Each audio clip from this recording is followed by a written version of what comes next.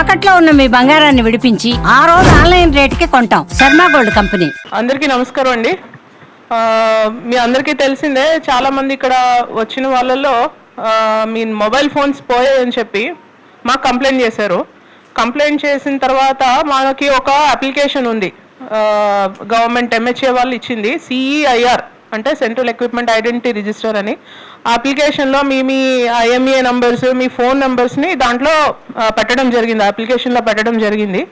So అందులో పెట్టిన తర్వాత if at all that phone ఏదైతే మీరు పోగొట్టుకున్న ఫోన్లోనే ఎవరైనా కొత్త నెంబర్ ఏమైనా వేస్తే అది అలర్ట్ వస్తుంది. మాకు అలర్ట్ వచ్చిన దాని ద్వారా we're able to catch that fellows. ఎవరైతే మీ మొబైల్ యూజ్ చేసి మీ మొబైల్లోని వేరే నెంబర్ వేసుకున్నారో ఆ నెంబర్ ద్వారా, లొకేషన్ ద్వారా వీళ్ళని పట్టుకోవడం జరిగింది. ఇక్కడ దాదాపు ఒక 105 మొబైల్స్ రికవర్ చేయడం జరిగింది.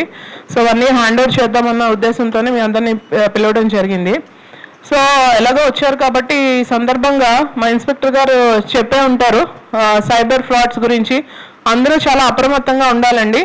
NTR పోలీస్ కమిషనరేట్ వాళ్ళు మన CP గారి ఆధ్వర్యంలో ఆయన సూచించిన విధంగా ఒక అప్లికేషన్ ఒకటి తయారు చేయడం జరిగింది. దాని పేరు సైబర్ సురక్ష. ఎందుకంటే zero tolerance towards cyber crime అనేది నినాదంతో సార్ ఇది తయారు చేయించడం జరిగింది. I request everyone to go through that.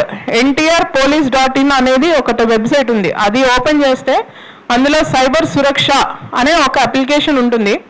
అది క్లిక్ చేసిన తర్వాత చాలామంది సీనియర్ సిటిజన్స్ అండ్ జనరల్గా employees and uneducated persons, job కోసం ట్రై చేసే వాళ్ళు, వీళ్ళందరూ కూడా సైబర్ బారిన పడుతున్నారు. ఫస్ట్ థింగ్ ఏంటంటే సీనియర్ సిటిజన్స్ డిజిటల్ అరెస్ట్ అనేది ఉందా? ఏమైనా డిజిటల్ అరెస్ట్ గురించి ఐడియా ఉందా మీకు? ఎంతమందికి ఐడియా ఉందండి? Just raise your hands. ఏమైనా చెప్పగలుగుతారండి వాట్ ఈస్ డిజిటల్ అరెస్ట్? అసలు డిజిటల్ అరెస్ట్ అనేది ఉందా? ఎవరైనా డిజిటల్ అరెస్ట్ అనేది చేస్తారా? What do you know about it? Can you just brief us, మిగతా వాళ్ళ కోసం అని చెప్పి.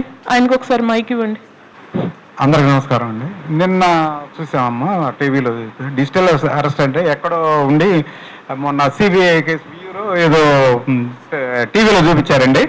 మీకు ఇట్లా మీ మీద కేసు ఇట్లా అయింది, ఇది కావాలంటే సుప్రీంకోర్టు జడ్జి గారు బెంచీ వేశారు, ఆ బెంచీలో మీతో మాట్లాడతారు అని చెప్పి ఇవన్నీ చేస్తే వారికి అట్లా అనుమానం వచ్చి పోలీస్ స్టేషన్ CI గారికి చెప్తే వారు వచ్చి ఇదంతా ఉండి వెనక నుంచి మాట్లాడి ఇదంతా చేసేటప్పుడు అత్త వాళ్ళు ఎస్కేప్ అయిపోయారండి. నేను అనుకోవటం ఇట్లాంటి మిమ్మల్ని ఆ కేసులో ఉంది, ఈ కేసులో ఉన్నాయి అని చెప్పి పైనుంచి ఒత్తిడి చేసి ఇవన్నీ చేస్తే డిజిటల్ వాళ్ళు మోసపోకుండా సమయ పోలీస్ స్టేషన్కి చెప్తే సరిపోద్దామని అనుకుంటున్నాను. ఓకేనండి, కొంతవరకు కరెక్టే.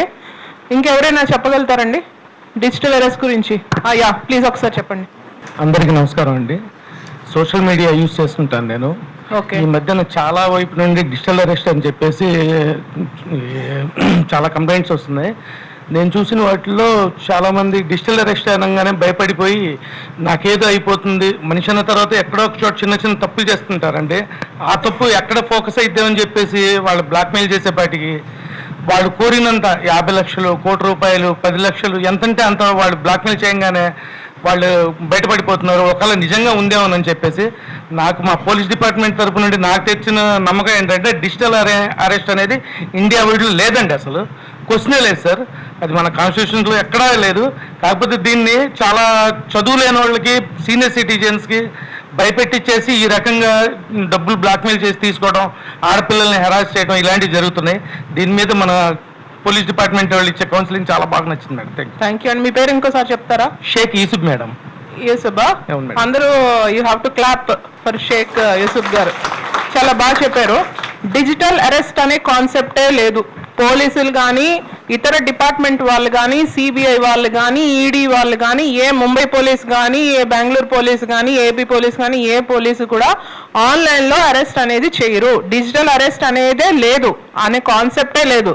వాళ్ళు ఏంటంటే ఫ్రాడ్స్టర్స్ ఎవరైతే ఉన్నారో వాళ్ళు ఒక సెటప్ చేసుకుంటారు, వెనకాల ఒక పోలీస్ డిపార్ట్మెంట్ లోగో, పోలీస్ అయితే పోలీసు, CBI అయితే CBI, ఆ లోగో పెట్టుకుంటారు. ఆ లోగో పెట్టుకొని మేము పోలీస్ని, మీ ఫోన్ నెంబరు అసాంఘిక కార్యకలాపాలకి లింక్ అయి ఉన్నాయి కాబట్టి మిమ్మల్ని అరెస్ట్ చేస్తున్నాము, లేదంటే మీ ఫోన్ నెంబరు, మీ ఆధార్ కార్డ్ నంబరు, ఎవరైతే ఎక్కువ ఉపయోగించే పర్సన్ పేరు సదాకత్ ఖాన్, ఇది మటుకు గుర్తుపెట్టుకోండి. వాళ్ళు ఏంటంటే సదాకత్ ఖాన్ అని చెప్పి లేకపోతే సదాత్ ఖాన్ అని చెప్పి ఒక పర్సన్ నేమ్ తీసుకుంటాడు. అతను వాంటెడ్ పర్సన్, అతన్ని అరెస్ట్ చేయడం జరిగింది. ఢిల్లీ పోలీస్ కానీ లేకపోతే ముంబై పోలీస్ వాళ్ళు కానీ అరెస్ట్ చేయడం జరిగింది. అతనికి సంబంధించిన వస్తువులను మేము సెర్చ్ చేస్తున్నప్పుడు అక్కడ మీ ఆధార్ కార్డ్ దొరికింది. లేదంటే మీరు పలానా అకౌంట్లు ఉన్నాయి కదా, బ్యాంక్లోని అకౌంట్లు ఉన్నాయి కదా, ఆ బ్యాంక్ అకౌంట్కి సంబంధించి మీ అకౌంట్ నెంబర్లు అతని దగ్గర దొరికాయి కాబట్టి మిమ్మల్ని అరెస్ట్ చేస్తున్నాము. ఎందుకంటే మాకు ఫర్దర్గా క్లూస్ కావాలి, మాకు ఫర్దర్గా ఇన్వెస్టిగేషన్ భాగంగా మిమ్మల్ని అరెస్ట్ చేస్తున్నాం అని చెప్పి చెప్తారు. ఈ పేరు ఎక్కువ తీసుకుంటారు. అండ్ ఆకాష్ కుల్హార్ అని ఇంకో పేరు, అది కూడా తీసుకుంటారు. వాళ్ళు ఏంటంటే ఫ్రాడ్స్టర్స్ యూనిఫామ్ వేసుకుంటారు, వెనకాల బ్యాక్గ్రౌండ్ కూడా పెట్టుకుంటారు. పోలీస్, ముంబై పోలీస్ అయితే ముంబై పోలీస్, సిబిఐ అయితే సిబిఐ బ్యాక్గ్రౌండ్ పెట్టుకుంటారు. సుప్రీంకోర్టు జడ్జి మీ మీద అరెస్ట్ వారెంట్ జారీ చేయడం జరిగిందని చెప్తారు. అలాగే మీకు సంబంధించిన ఫోన్ నెంబర్లు ఇదిగో ఇక్కడ కనిపిస్తున్నాయి అని చెప్పి అన్ని ఫేక్ సర్టిఫికేట్స్, ఫేక్ అన్నీ కూడాను క్రియేట్ చేసి అవి మీకు చూపించడం జరుగుతుంది. అలాగే మీకు వాట్సాప్కి పంపించడం జరుగుతుంది. ఇక్కడ ఒక చిన్న పని ఏం చేయొచ్చు అంటే, మీరు ఈ వాట్సాప్ నంబర్లు ఏవైతే ఉన్నాయో ఆ వాట్సాప్ నంబర్లు జనరల్గా మనకి నార్మల్ కాల్ చేస్తాం కదా, 2 types ఆఫ్ కాల్స్ ఉన్నాయి కదా, WhatsApp call and general normal call. GSM call normal local call చేసినప్పుడు చేస్తే అది పనిచేయదు జనరల్గా. అలాగే మీకు ఏమైనా అలాంటి డౌట్ ఉంటే ఇమ్మీడియట్గా పోలీస్ని అప్రోచ్ అవ్వాలి మీరు. అది ఓన్లీ వాట్సాప్ పనిచేస్తుంది. అండ్ మీకు చెప్తారు డిజిటల్ అరెస్ట్లో ఎక్కువ టార్గెట్ చేసేది ఎవరినంటే senior citizens who are alone, pensioners, వెళ్ళి పెన్షన్ తీసుకునే వాళ్ళని టార్గెట్ చేస్తారు. ఎందుకంటే వాళ్ళకి ఎలాంటి భయభ్రాంతులకు గురి చేస్తారని అంటే, మీరు ఈ విషయం ఎవరికి చెప్పడానికి లేదు, it is very confidential, official secrets act కింద this is confidential thing and మీరు ఇది ఎవరికి చెప్పడానికి వీల్లేదని భయభ్రాంతులకు గురి చేస్తారు. సో ఈ విధంగా డిజిటల్ అరెస్ట్ చేసి మీ డిజిటల్ అరెస్ట్ ఫ్రాడ్ కమిట్ చేసి మీరు బ్యాంక్కి వెళ్ళండి, బ్యాంక్కి వెళ్ళి పలానాది డబ్బులు మాకు పంపించండి అని అకౌంట్స్ కూడా ఇస్తారు. చాలా మంది లాస్ట్ ఇయర్ చాలా మంది they have fallen victims. But due to commissioner గారి ఒక ప్రొయాక్టివ్ మెజర్స్ వల్ల, ఈ యాప్ వల్ల, సైబర్ సురక్ష యాప్ వల్ల బ్యాంకుల్లో కూడాను డిజిటల్ అరెస్ట్ అంటే ఇలా జరుగుతుంది అనేది ఒక పాంప్లెట్ లాగా తయారు చేసాము. అలాగే అప్లికేషన్ ఒకటి రెడీ చేసాము, అదే సైబర్ సురక్ష అప్లికేషన్. సో అందులో ఏ విధంగా మిమ్మల్ని ప్రలోభ పెడతారు, సీనియర్ సిటిజన్స్ని ఏ విధంగా ప్రలోభ పెడతారు అనేది అవన్నీ కూడా స్టేట్మెంట్స్ ఇవ్వడం జరిగింది. సో ఎవరైతే బ్యాంక్ వచ్చి ట్రాన్స్ఫర్ చేయాలనుకుంటారో వాళ్ళకి they don't know that they are under digital arrest fraud దీంట్లో విక్టిమ్స్ అని వాళ్ళకి తెలీదు. So once they go through this cyber Suraksha యాప్లో ఉన్న స్టేట్మెంట్స్ ఏవైతే ఇచ్చామో మేము అవన్నీ చూసి చదివిన తర్వాత then they will become aware.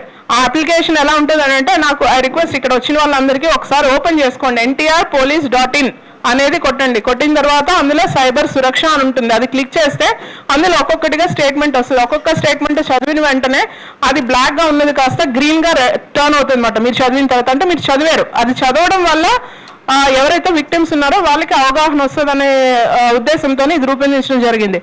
అలాగే ఇంకొక పెద్ద మెనేస్ అంటే, నిన్న మాకు ఒక కంప్లైంట్ వచ్చింది, ₹1,00,00,000 పోగొట్టుకున్నాడు ఒక అతను. He's a middle class employee. ఇది నేను పదే చెప్తూ ఉంటాను, వాట్సాప్ ద్వారా లేకపోతే టెలిగ్రామ్ ద్వారా లేకపోతే ఫేస్బుక్లో కానీ లేకపోతే ఇతరత్ర సోషల్ మీడియాలో కూడా ఏవైతే అడ్వర్టైజ్మెంట్స్ వస్తాయో ఇన్వెస్ట్మెంట్స్ చేయమని, అలాంటి అడ్వర్టైజ్మెంట్స్కి దయచేసి మీరు ప్రలోభానికి గురి కావద్దు. అవన్నీ కూడా ఫ్రాడ్వే. వాట్సాప్లో జాయిన్ చేసుకుంటారు, వాట్సాప్లో జాయిన్ చేసుకున్న తర్వాత మీరు ఇంత ఇన్వెస్ట్ చేయండి మీకు ఇలా రిటర్న్స్ వస్తాయని అంటారు. అందులో వాట్సాప్ గ్రూప్లో ఉన్న వాళ్ళు కూడా అందరూ ఫ్రాడ్స్టర్స్ ఉంటారు, దాదాపు ఒక 50% మంది ఫ్రాడ్స్టర్స్ ఉంటారు. వాళ్ళు మిమ్మల్ని ప్రలోభ పెట్టడానికి ఏం చేస్తారని అంటే, మాకు ఇంత రిటర్న్స్ వచ్చాయి అని చెప్పి చెప్తారు. ఇనీషియల్గా కూడా ఒక 1000-2000 రిటర్న్స్ కూడా పంపిస్తాడు. ఇంకొకటి గుర్తుపెట్టుకోవాల్సింది ఏంటంటే, ఇన్వెస్ట్మెంట్ ఫ్రాడ్లో మీరు ఒకవేళ రిటర్న్స్ పెట్టి ఇన్వెస్ట్ చేసి మీరు డబ్బు పోగొట్టుకున్నా కూడా మీరు విక్టిమ్ కాదు, వీరు కూడాను ఒక అక్యూజ్డ్ అవుతారు. ఎందుకంటే మీకు ఇన్వెస్ట్మెంట్ చేయమని చెప్పి మీకు మీ చేత డబ్బు పంపించేటట్టు చేస్తాడు. అట్ ద సేమ్ టైం మీకు రిటర్న్స్ వచ్చాయని చెప్పి ఇంకొక విక్టిమ్ దగ్గర ఇన్వెస్ట్మెంట్ మనీని మీకు రిటర్న్ గా చూపిస్తాడు. ఆ విధంగా ఏమవుతుందని అంటే మీరు కూడా అక్యూజ్డ్ అవుతారు. కాబట్టి దయచేసి ఈ ఇన్వెస్ట్మెంట్ ఫ్రాడ్ కి లోన్ కాకండి, ఇన్వెస్ట్మెంట్స్ చేయొద్దని చెప్పను. ఇన్వెస్ట్మెంట్ చేయడానికి ఒక పద్ధతి ఉంటుంది, ఒక సెబీలోని ఒక కొన్ని ప్లాట్ఫామ్స్ ఉన్నాయి, అవి చూసుకోండి. ఒకరిద్దరిని సీనియర్స్ లేకపోతే ఆ ఎరీనాలోని దోస్ ఆర్ వెల్ వెస్డ్ దాని మీద కొంచెం తెలిసిన వాళ్ళతో 1-2 సార్లు మీరు చర్చించి మీరు చేయాలి. మీరు ఇన్వెస్ట్మెంట్ కావాలంటే చేసుకోవచ్చు. బట్ హై రిటర్న్స్ వస్తాయని చెప్పడం కానీ, లేకపోతే మీరు అకౌంట్స్కి ఇన్వెస్ట్ చేయడానికి ఒక మోర్ దాన్ 2 or 3 అకౌంట్స్ ఇస్తే కానీ అది ఖచ్చితంగా ఫ్రాడే. దయచేసి అలాంటి వాటికి గురి కావద్దు. అలాగే ఓటీపీ ఫ్రాడ్స్ అని వస్తున్నాయి. Job fraud task based fraud అని ఉంటుంది. అది కూడా దాదాపు ఇన్వెస్ట్మెంట్ ఫ్రాడ్ లాంటిదే. మీరు పలానా పని చేయండి, గూగుల్లోని లేకపోతే యూట్యూబ్లో ఒక వీడియో పంపిస్తారు, ఆ వీడియోకి మీరు డౌన్లోడ్ చేయండి, డౌన్లోడ్ చేస్తే మీకు కొన్ని డబ్బులు వస్తాయని అంటారు. అలాగే వాళ్ళు డౌన్లోడ్ చేస్తే ఇనిషియల్గా 1000-2000 పంపిస్తారు. అదేంటి ఇంకా పెద్ద ఎర వేయడానికి దట్స్ వన్ సార్ట్ ఆఫ్ ఇదిమాట. సో ఆ విధంగా చేసి 1-2 అయిన తర్వాత దెన్ ఇంకా పెద్ద టాస్క్ ఇస్తాము, మీకు 1,00,000 రూపాయలు వస్తాయి అని అంటారు. సరే అని చెప్పి వీళ్ళు ఓకే అన్న తర్వాత, కానీ మాకు కొంచెం ష్యూరిటీ ఉండాలి కాబట్టి మీరు ఇనీషియల్గా ఒక 30,000-40,000 వేయండి, మాకు అకౌంట్లో పంపించండి. పంపించిన తర్వాత మీకు టాస్క్ ఇస్తాం, దాని తర్వాత మీకు 1,00,000 అండ్ ఈ 30,000 మీరు ఏదైతే పెట్టారో అది కూడా వచ్చేస్తుంది మీకు అని చెప్పి నమ్మగలుగుతారు.